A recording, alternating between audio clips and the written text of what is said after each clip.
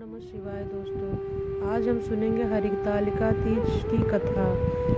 तो हरितालिका तीज सुहागिनें अपने पति की लंबी आयु के लिए व्रत रखती हैं। पौराणिक कथाओं में के अनुसार सर्वप्रथम माता पार्वती ने भगवान शिव को पाने के लिए तीज का व्रत रखा था।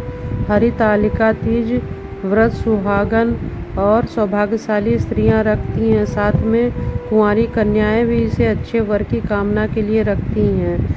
इस व्रत को हरितालिका तीज कहते हैं। हरितालिका तीज करवा चौथ की ही तरह होता है। यह भी पति की लंबी आयु की कामना के लिए रखा जाता है। भगवान शिव के लिए यह व्रत किया माता पार्वती ने।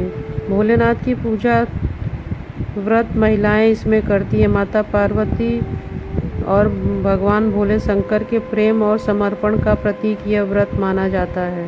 व्रत करने से वैवाहिक जीवन में सुख, समृद्धि और सौभाग्य की प्राप्ति होती है। इसके साथ अविवाहित कन्याएं अच्छे वर की प्राप्ति के लिए करती हैं। तालिका तीज दोस्तों दो शब्दों से बना, हर और तालिका, जिसका अर्थ ये है हरण। माता पार्वती को उनकी सहेलियां हर ले गई थी, इसीलिए इस व्रत का नाम हरितालिका पड़ा। आलिका मतलब होता है दोस्तों सखी। पौराणिक कथाओं के अनुसार माता पार्वती ने भगवान शिव को पति के रूप में पाने के लिए कठोर तपस्या किया।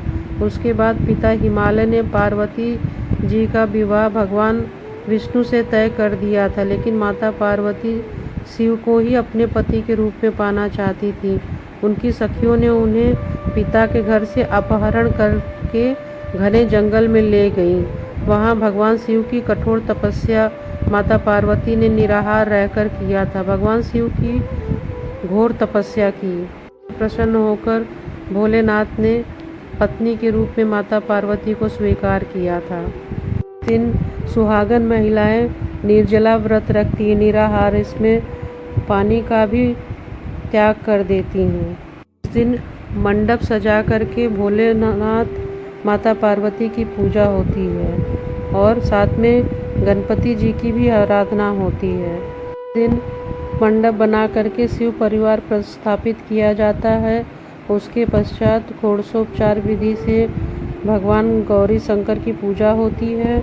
उसके पश्चात धूप, दीप, शुद्ध घी, पान, कपूर, सुपारी, नारियल, चंदन, फूल के साथ आम के केले के पत्ते से मंडप सजाया जाता है और विधि विधान से उनकी पूजा की जाती है।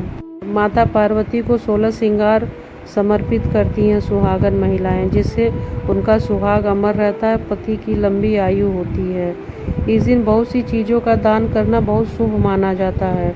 हरितालिका तीज पर सुहागिन महिलाओं के दान के साथ ही इसी व्रत का पारण भी किया जाता है। इस दिन मेहंदी, बिंदी, चूड़ी, बिछिया, कुमकुम, कलश, काजल, कंघी, महावर, चंदन, श्रृंगार आदि का सामान्य दान करना अति शुभ माना जाता है। इस दिन महिलाएं 16 श्रृंगार करती हैं और प्रदोष काल में इसकी पूजा होती है। इस व्रत की सभी महिलाएं एक साथ एकत्रित होकर के माता पार्वती भोले शंकर की आराधना करती हैं। यह व्रत दोस्तों भाद्रपद मास के शुक्ल पक्ष की द्वितीया को मनाया जाता है। इसी दिन भगवान भोले शंकर माता पार्वती की तपस्या से प्रसन्न हुए थे। इसी दिन उनका विवाह हुआ था, इसीलिए यह दिन बहुत ही शुभ और मंगलकारी है। जिन व्रत और कहानियाँ सुनने से व्रत का फल दोगुना हो जाता है। हरितालिका तीज दोस्तों वैवाहिक जीवन में सुख, शांति और समृद्धि लाने के लिए किया जाता है। इसका वर्णन भविष्य पुराण में मिलता है। हरितालिका व्रत रखने वाली व्रती महिलाओं को कथा का पाठ और श्रवण करना चाहिए। धार्मिक मान्यताओं के अनुसार कथा के पाठ के बिना हरितालिका तीज का व्रत अधूरा रह जाता है। हरितालिका तीज व्रत कथा आरंभ। जिनके केस पर मंदार के पुष्पों की माला शोभा दे रही है, जिस भगवान शंकर के मस्तक पर चंद्र और गले के मुंड की माला पड़ी हुई है, जो माता पार्वती वस्त्रों के तथा भगवान दिगंबर वेश धारण किए हुए दोनों भवानी शंकर को नमस्कार करता हूँ। एक बार कैलाश पर्वत के शिखर पर माता पार्वती जी ने महादेव जी से पूछा, हे प्रभु, मुझसे आप वह गुप्त से गुप्त वार्ता कहिए जिसके लिए सब धर्मों में भी सरल हो तथा महान फल देने वाला हो। हे नाथ, यदि आप प्रसन्न हैं तो आप उसे मेरे सन्मुख प्रकट कीजिए। हे जगन्नाथ, आप यदि मध्य और अंत रहित हैं, आपकी माया का कोई पार नहीं है। आपको मैंने किस भांति प्राप्त किया था? कौन से व्रत, तप या दान से पुण्य फल मुझको वर रूप में मिले? आप कृपया करके बताइए। महादेव जी बोले, हे देवी सुनिए, मैं आपके सन्मुख उस व्रत को कहता हूँ जो परम गुप्त है। जैसे तारागणों में चंद्रमा और ग्रहों से सूर्य, वर्णों में ब्राह्मण, देवताओं में गंगा, पुराणों में महाभारत, वेदों में साम और इंद्रियों में मन श्रेष्ठ है, वैसे ही पुराण और वेद सब में इसका वर्णन किया गया है, जिसके प्रभाव से तुमको मेरा आधा आसन प्राप्त हुआ है। हे प्रिय, उसी का मैं तुमसे वर्णन करता हूँ, सुनो। भाद्रपद मास के शुक्ल पक्ष के हस्त नक्षत्र संयुक्त तृतीया के दिन इस व्रत का अनुष्ठान मात्र करने से सब पापों से मुक्त हो जाती हैं। महिलाएं सुहागन, तुमने पहले हिमालय पर्वत पर इस महान व्रत को किया था, जो मैं तुम्हें सुनाता हूँ। पार्वती जी बोली, हे प्रभु, इस व्रत को मैंने किस लिए किया था, इस व्रत को सुनने की इच्छा हो रही है, तो कृपया मुझे कहिए। शंकर जी बोले, आर्यवर्त में हिमालय नामक एक महान पर्वत है, जहाँ अनेक प्रकार की भूमि अनेक प्रकार के वृक्षों से सुशोभित है, जो सदैव बर्फ से ढके हुए तथा गंगा की कल कल ध्वनि से शब्दायमान ओम रहता है। हे पार्वती, तुम बाल्यकाल में उसी स्थान पर परम तप किया था और 12 वर्ष तक के महीने में जल में रहकर तथा वैशाख मास में अग्नि में तप कर, श्रावण महीने में खुले मास में हस्त नक्षत्र युक्त तृतीया के दिन तुमने मेरा विधि विधान से पूजन किया तथा रात्रि को गीत गाते हुए जागरण किया। तुम्हारे उस महाव्रत के प्रभाव से मेरा आसन डोलने लगा। मैं उसी स्थान पर आ पहुंचा जहां तुम और तुम्हारी सखी दोनों थी। मैंने आकर तुमसे कहा, हे वरानने, मैं तुमसे प्रसन्न हूँ, मांगो तुम मुझसे वरदानों में क्या मांगना चाहती हो। तब तुमने कहा कि हे देव, यदि आप मुझ पर प्रसन्न हैं तो मेरे पति हो जाए। मैं तथास्तु ऐसा कहकर कैलाश पर्वत चला गया और तुमने प्रभात होते ही मेरी उस बालू की प्रतिमा को नदी में विसर्जित कर दिया। हे सुबह, तुमने यह अपनी सखी सहित व्रत का पारण किया। इतने में तुम्हारे पिता हिमालय भी तुम्हें ढूंढते ढूंढते उसी घने वन में आ पहुँचे। उस समय उन्होंने नदी के तट पर 2 कन्याओं को देखा। वे तुम्हारे पास आ गए और हृदय से लगाकर रोने लगे और बोले, बेटी, तुम इस सिंह व्याधि युक्त घने जंगलों में क्यों चली आई?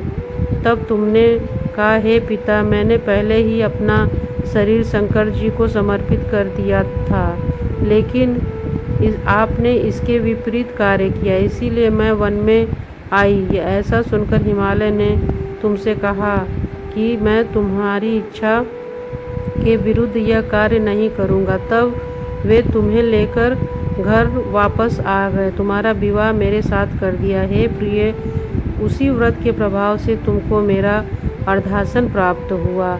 इस व्रत को मैंने अभी तक किसी के सन्मुख वर्णन नहीं किया। हे देवी, अब मैं तुम्हें यह बताता हूँ कि इस व्रत का यह नाम क्यों पड़ा। तुमको सखी हरण करके ले गई, इसीलिए हरित नाम पड़ा। पार्वती जी बोली, हे स्वामी, आपने इस व्रत राज का नाम तो बता दिया, लेकिन मुझे इसकी विधि और फल बताइए कि इसके करने के लिए किस फल की प्राप्ति होती है। भगवान शंकर जी बोले, इस स्त्री जाति के अत्युत्तम व्रत की विधि सुनिए। सौभाग्य की इच्छा रखने वाली स्त्रियां इस व्रत को विधि पूर्वक केले के खम्भों से मंडप बनाकर उसे बंधनवार से सुशोभित करें। उसमें विविध रंग के उत्तम रेशमी वस्त्र चांदनी ऊपर तान दें। चंदन आदि सुगंधित द्रव्यों का लेपन करें। स्त्रियां एकत्र हों। शंख मेरी मृदंग आदि बजाएं। विधि पूर्वक मंगलाचार्य करके श्री गौरी शंकर की बालू निर्मित प्रतिमा स्थापित करें। फिर भगवान शिव पार्वती जी का गंध पुष्प धूप अक्षत आदि से विधिवत पूजन करें। अनेक नैवेद्यों का भोग लगाएं और रात में के समय में जागरण करें। नारियल सुपारी ज्वारी नींबू लौंग अनार नारंगी आदि ऋतु फूलों को एकत्रित करके धूप दीप आदि से पूजन करके कहें, हे कल्याण स्वरूप शिव, हे मंगल शिव, हे मंगल रूप महेश्वर, हे शिव सब कामनाओं को देने वाली देवी, कल्याण रूप तुम्हें नमस्कार। कल्याण स्वरूप माता पार्वती हम तुम्हें नमस्कार करते हैं। भगवान शंकर जी को सदैव नमस्कार करते हैं। हे ब्रह्म रूपिणी जगत का पालन करने वाली माँ, आपको नमस्कार है। हे सिंहवाहिनी, मैं संसारिक भय से व्याकुल हूँ, तुम मेरी रक्षा करो। हे महेश्वरी, मैंने इसी अभिलाषा से आपका पूजन किया है। हे पार्वती माता, आप मेरे ऊपर प्रसन्न होकर मुझे सुख और सौभाग्य प्रदान कीजिए। इस प्रकार शब्दों द्वारा उमा सहित शंकर जी का पूजन करें। विधि पूर्वक कथा सुनें। गौ वस्त्र आभूषण आदि ब्राह्मणों को दान दें। इस प्रकार से व्रत करने से समस्त पाप नष्ट हो जाते हैं। व्रत सुहागन महिलाओं को अवश्य करना चाहिए।